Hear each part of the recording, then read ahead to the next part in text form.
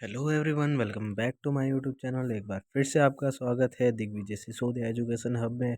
आज का हमारा चैप्टर है respiratory disorder and it's management, यानी कि हम जितने भी रेस्पिरेटरी से रिलेटेड डिजीज़ है उनमें से 4 बेहद इंपॉर्टेंट डिजीज़ के बारे में इस लेक्चर के अंदर पढ़ेंगे। सबसे पहले मैं आपको बता देता हूँ रेस्पिरेटरी के अंदर आने वाली ऑर्गन्स कौन कौन सी है। तो डायग्राम में आपको जो दिख रहा है, इन सब से रिलेटेड डिजीज़ हम रेस्पिरेटरी के अंदर पढ़ते हैं। अब आज के हमारे इन सभी डिजीज़ में से 4 डिजीज़ है जो कि हम इस लेक्चर में पढ़ेंगे। इसमें से पहली है lung abscess, second is pleural effusion and third is bronchitis and last one is pneumothorax. तो ये चारों diseases lung abscess, pleural effusion, bronchitis and pneumothorax, इन सभी को हम इस लेक्चर में कंप्लीट पढ़ेंगे। सबसे पहले पढ़ते हैं हम लंग एब्सेस के बारे में। लंग एब्सेस क्या होता है? लंग एब्सेस एक प्रकार का इन्फेक्शन होता है जो कि लंग्स के अंदर होता है। मेनली फेफड़ों में होने वाला इन्फेक्शन लंग एब्सेस कहलाता है। इसमें मेनली है ना पस फॉर्मेशन हो जाता है एंड टिश्यू का डिस्ट्रक्शन हो जाता है, और इट में भी complication of pneumonia and tuberculosis. ठीक है, यानी कि ये निमोनिया और ट्यूबरक्लोसिस के लिए कॉम्प्लिकेशंस भी हो सकता है। अब इसकी डेफिनेशन देखते हैं। तो डेफिनेशन ये है कि it is defined as a collection of pus, यानी कि इसको हम कलेक्शन के रूप में पस के कलेक्शन के रूप में इसको डिफाइन करते हैं। ठीक है,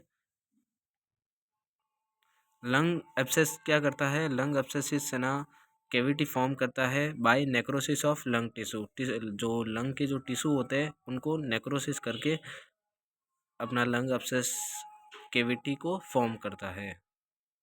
जैसा कि यहाँ पे डायग्राम में दिखा रखा है, ये अपने लंग है। लंग के अंदर देखिए ये कैविटी बना दी गई है लंग एब्सेसिस के द्वारा। अब हम देखते हैं इसके कॉजेज या इटियोलॉजी। तो सबसे पहला causes of lung abscesses are same as pneumonia, यानी जो निमोनिया के कॉम्प्लिकेशंस होते हैं, सॉरी इटियोलॉजी, वही अपने लंग एब्सेस की इटियोलॉजी होती है। एंड निमोनिया की जो इटियोलॉजी होती है वो कुछ इस प्रकार होती है, जैसे कि बैक्टीरियल इन्फेक्शन के कारण भी हो सकता है ये। बैक्टीरियन भी में बैक्टीरियल इन्फेक्शन में भी जो मेन बैक्टीरिया है वो अपने आ जाता है ग्राम पॉजिटिव एंड नेगेटिव। ठीक है, तो इन दो बैक्टीरियाज के कारण अपना लंग एब्सेसिस हो सकता है। सेकंड आ जाता है इटियोलॉजी की वायरल इन्फेक्शन लाइक इन्फ्लुएंजा हो गया, पैरा इन्फ्लुएंजा हो गया या एडिनो वायरस, इनसे भी ये अपना लंग एब्सेसिस हो सकता है। देन थर्ड इज़ की फंगल इन्फेक्शन हो गया लाइक कैंडिडियासिस, तो उससे भी अपन को लंग एब्सेसिस हो सकता है। Then last is mycoplasma and protozoa in AIDS. ठीक है, यानी कि एड्स के अंदर जो प्रोटोजोआ वगैरह प्रेजेंट होते हैं उनके कारण भी अपना लंग एब्सेसिस हो सकता है। अब हम देखते हैं इसके रिस्क फैक्टर।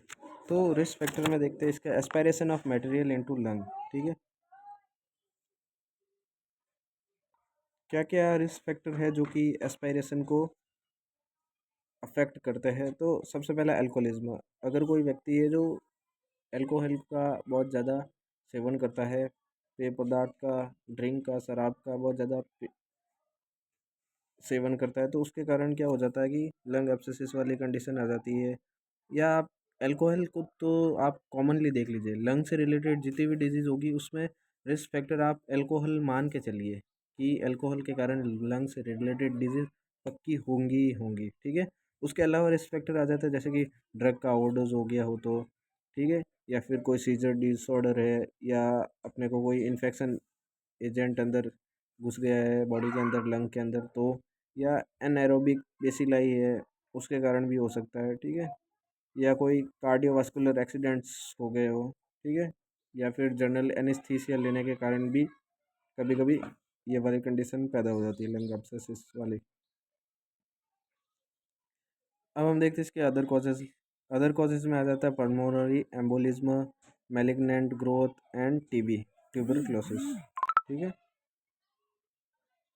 नेक्स्ट आ जाता है क्लिनिकल मैनिफेस्टेशन, जिसे हम साइन एंड सिम्टम भी बोलते हैं, जिसमें से sweating, cough, haemoptysis, chills, dyspnoea, clubbing, weight loss, fever, increase prostate, ये सब होते हैं इसके sign and symptom, lung abscesses के साइन एंड सिम्टम। ठीक है, तो 4-5 कोई भी आप लिख लेना, जैसे कि स्वेटिंग हो गया, पसीना आता है, कफिंग होती है, ठीक है। डिस्पीनिया हो जाता है यानी कि डिफ़िकल्टी इन ब्रीथिंग। डिस्पीनिया का मतलब होता है डिफ़िकल्टी इन ब्रीथिंग। फीवर यानी कि बुखार आ जाता है।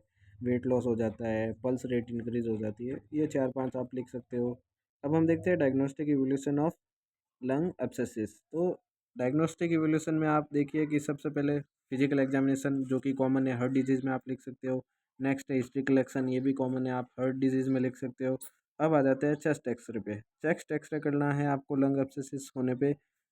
नेक्स्ट है स्पुटम टेस्ट करना है आपको, ठीक है।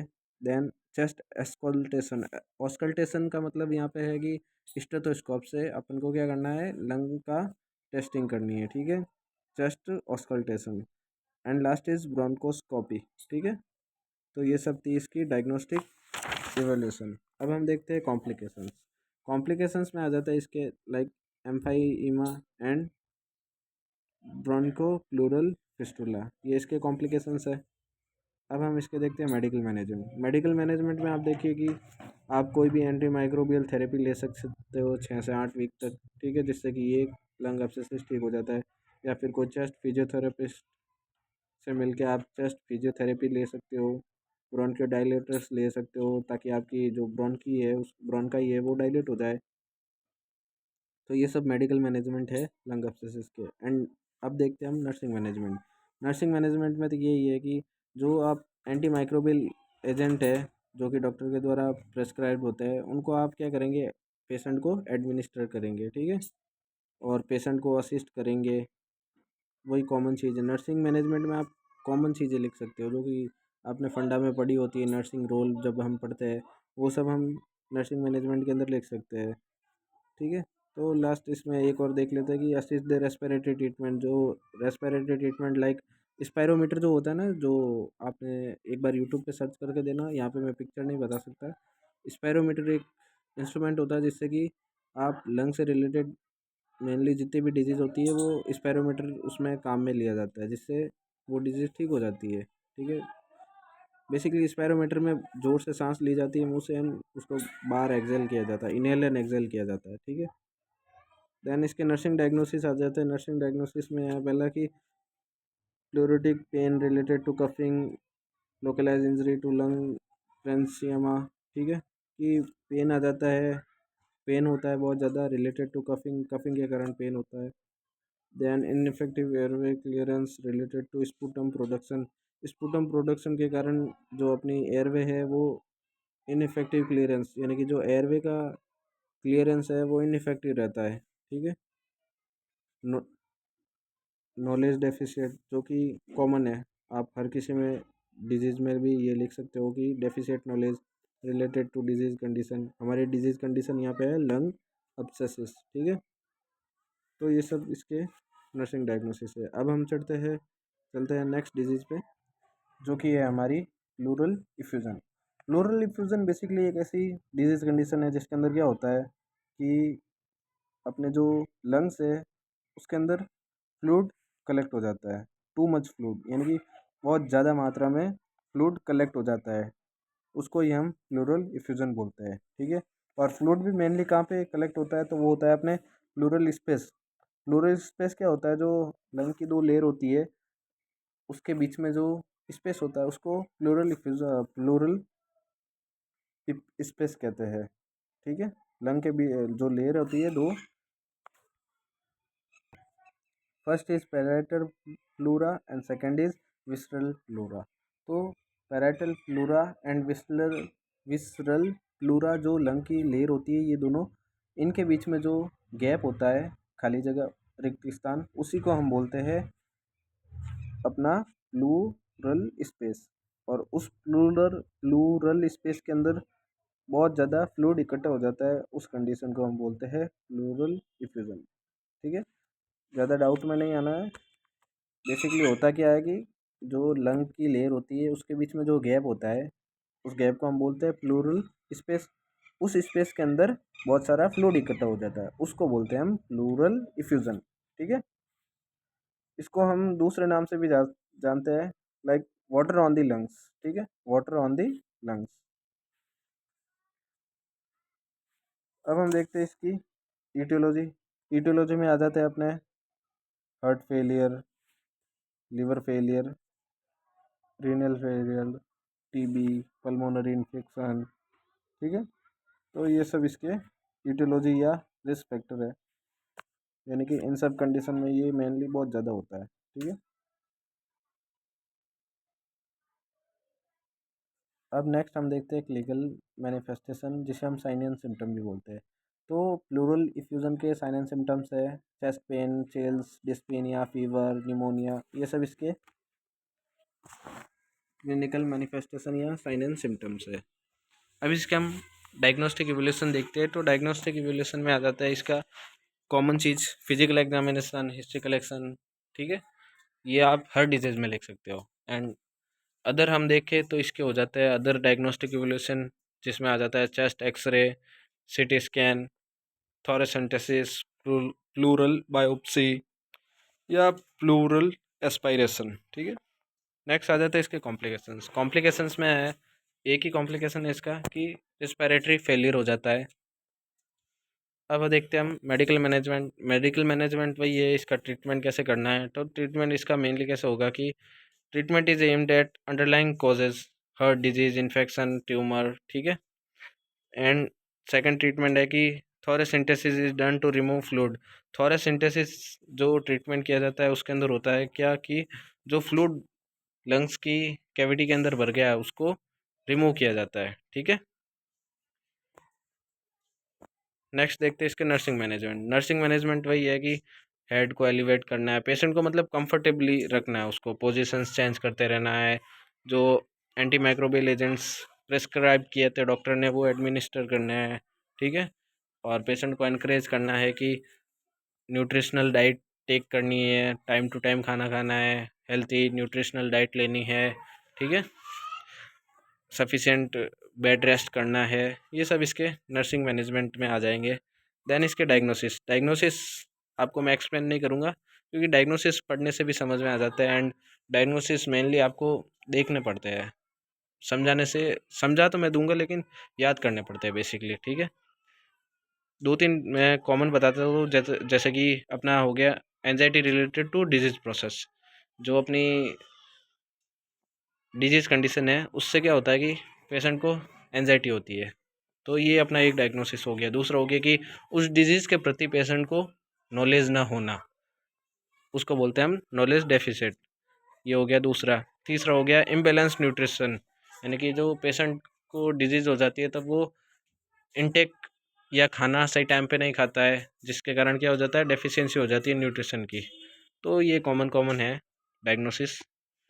अब हम चलते हैं नेक्स्ट डिजीज़ पे।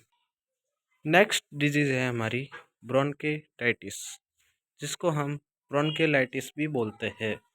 ब्रोंकेटाइटिस बहुत ही इंपॉर्टेंट डिजीज़ है, ये आपके हर एग्ज़ाम में मेनली पूछी जाती है, चाहे वो आपके कॉलेज लेवल पे एग्ज़ाम हो या कोई यूनिवर्सिटी लेवल पे एग्ज़ाम हो। तो बेहद इंपॉर्टेंट डिजीज़ है अपनी ये ब्रोंकेटाइटिस। इनफैक्ट आप ऐसे भी कह सकते हो अपना जो रेस्पिरेटरी चैप्टर है उसमें सबसे ज़्यादा इंपॉर्टेंट डिजीज़ यही है अपनी ब्रोंकेटाइटिस।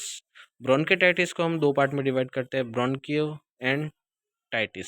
टाइटिस का मतलब होता है आइटिस का मतलब होता है इन्फ्लामेशन, और ब्रोंकियो का मतलब होता है ब्रोंक्यूल्स। तो ब्रोंकेटाइटिस का मतलब हुआ इन्फ्लामेशन इन ब्रोंक्यूल्स। या आप ऐसे भी कह सकते हो जो एयर पासेज होते हैं जो कि नोज़ एंड लंग्स के बिटवीन प्रेजेंट होते हैं, तो उन एयर पासेज के अंदर इन्फ्लामेशन हो जाता है, जिसके कारण एयर इजीली मूव नहीं कर पाती है और पेशेंट को सांस लेने में दिक्कत आ जाती है। ठीक है, उसको हम ब्रोंकियोटाइटिस बोलते हैं। ये दो प्रकार के होते हैं, acute and chronic. Acute mainly अपने जो वायरल इन्फेक्शन है उनके कारण होता है, एंड जो क्रोनिक है उसके साइन एंड सिम्टम बहुत ज़्यादा सीरियस होते हैं। ठीक है, ये मेनली लंग डिजीजेज जो क्रोनिक डिजीज होती है उनके कारण ही होता है, एंड ये क्योर नहीं होता है, मतलब कि जो क्रोनिक ब्रोंकिटाइटिस है वो ठीक नहीं होता है। अब देखिए दो डायग्राम है, नॉर्मल ब्रोंकी एंड ब्रोंकिटाइटिस वाली ब्रोंकी। नॉर्मल ब्रोंकी कैसी होती है, एकदम होली होलो स्पेस होता है।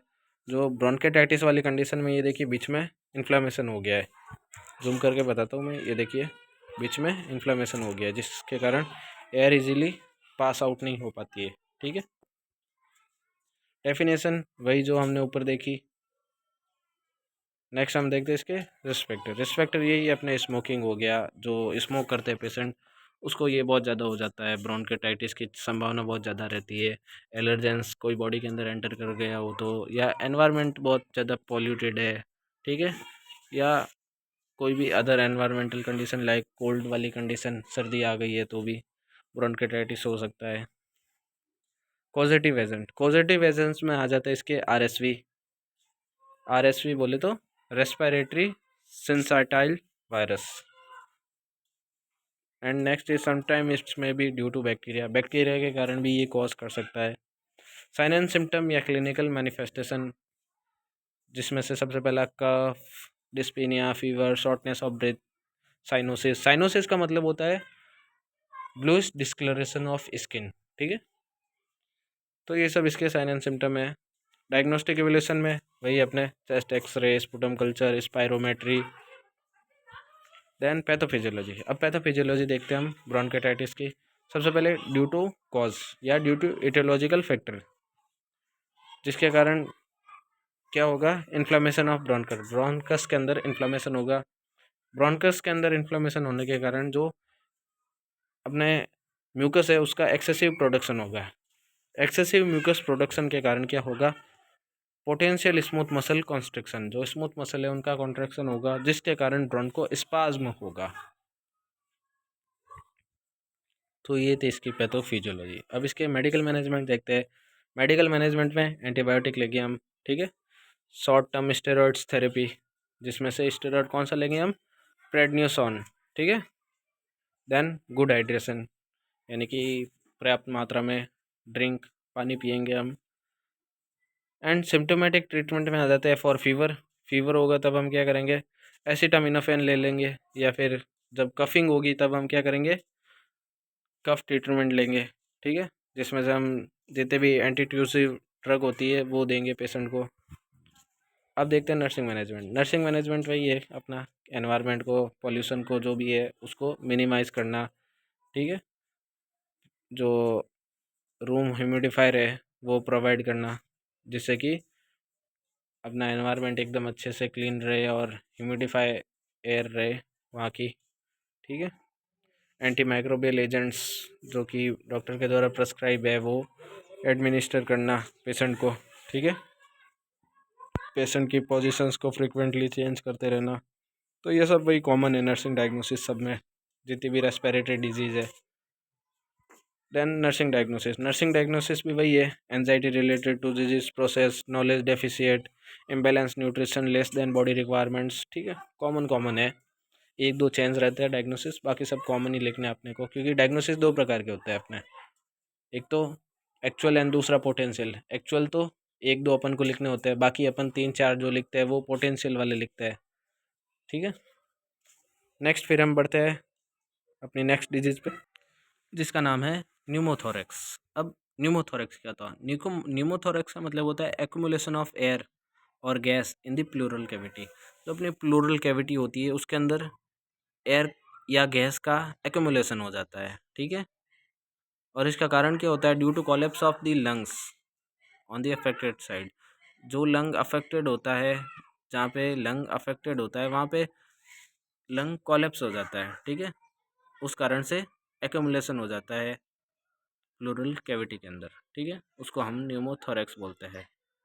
तो इस कंडीशन में अकर स्पॉन्टेनियसली, ठीक है, यानी कि जब ये स्पॉन्टेनियसली अकर होती है उसको हम स्पॉन्टेनियस न्यूमोथोरेक्स बोलते हैं, ठीक है। डेफिनेशन वही है कि ये एक ऐसी कंडीशन है जिसके अंदर प्लूरल कैविटी के अंदर एयर आ जाती है, जिसके कारण जो लंग्स है वो कोलैप्स हो जाते हैं, उसको हम न्यूमोथोरेक्स कहते हैं। इसके दो टाइप्स होते हैं, सिंपल और स्पॉन्टेनियस एंड ट्रॉमेटिक। मेनली वैसे तीन टाइप होते हैं, सिंपल, स्पॉन्टेनियस एंड ट्रॉमेटिक। इसने सिंपल और स्पॉन्टेनियस को दोनों को साथ में ही रखा है। ट्रॉमेटिक जो होता है result from injury to test. Traumatic जो होता है वो कोई भी चेस्ट इंजरी होने के कारण होता है, एंड जो सिंपल या स्पॉन्टेनियस होता है वो हेल्थी पर्सन में ब्लिस्टर के कारण हो जाता है। ठीक है, जो एयर फील्ड बबल्स होते हैं उनको हम ब्लिस्टर बोलते हैं, और उन ब्लिस्टर के कारण स्पॉन्टेनियस या सिंपल न्यूमोथोरेक्स होता है।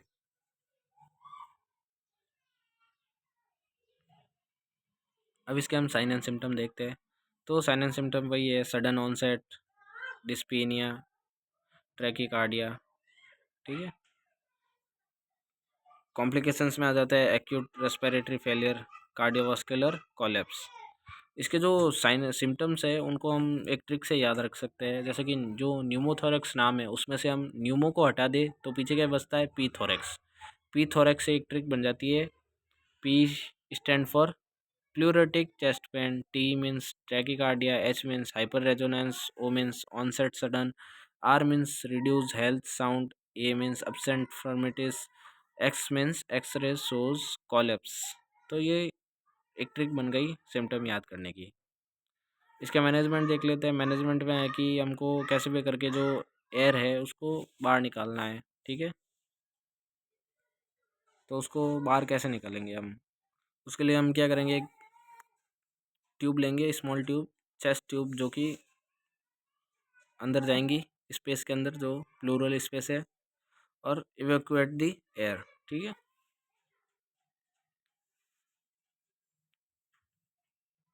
अब उस ट्यूब में से भी एयर को हम बाहर कैसे खींचेंगे, तो उसके लिए हम नीडल का यूज़ लेंगे, नीडल एंड सिरिंज का, जिससे हम वो एयर को रिमूव कर सकते हैं प्लूरल स्पेस से।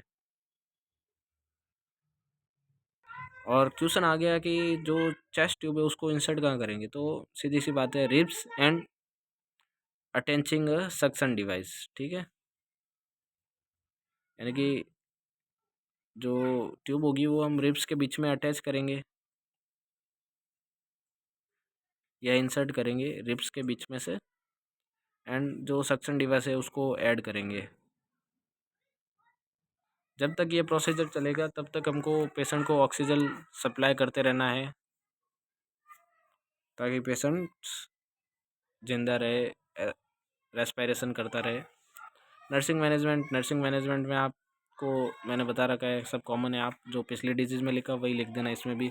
अब देखते हैं नर्सिंग डायग्नोसिस। नर्सिंग डायग्नोसिस भी वही है अपना, same related, anxiety related to disease process, knowledge deficient, ineffective breathing pattern related to inadequate lung expansion and impaired gas exchange.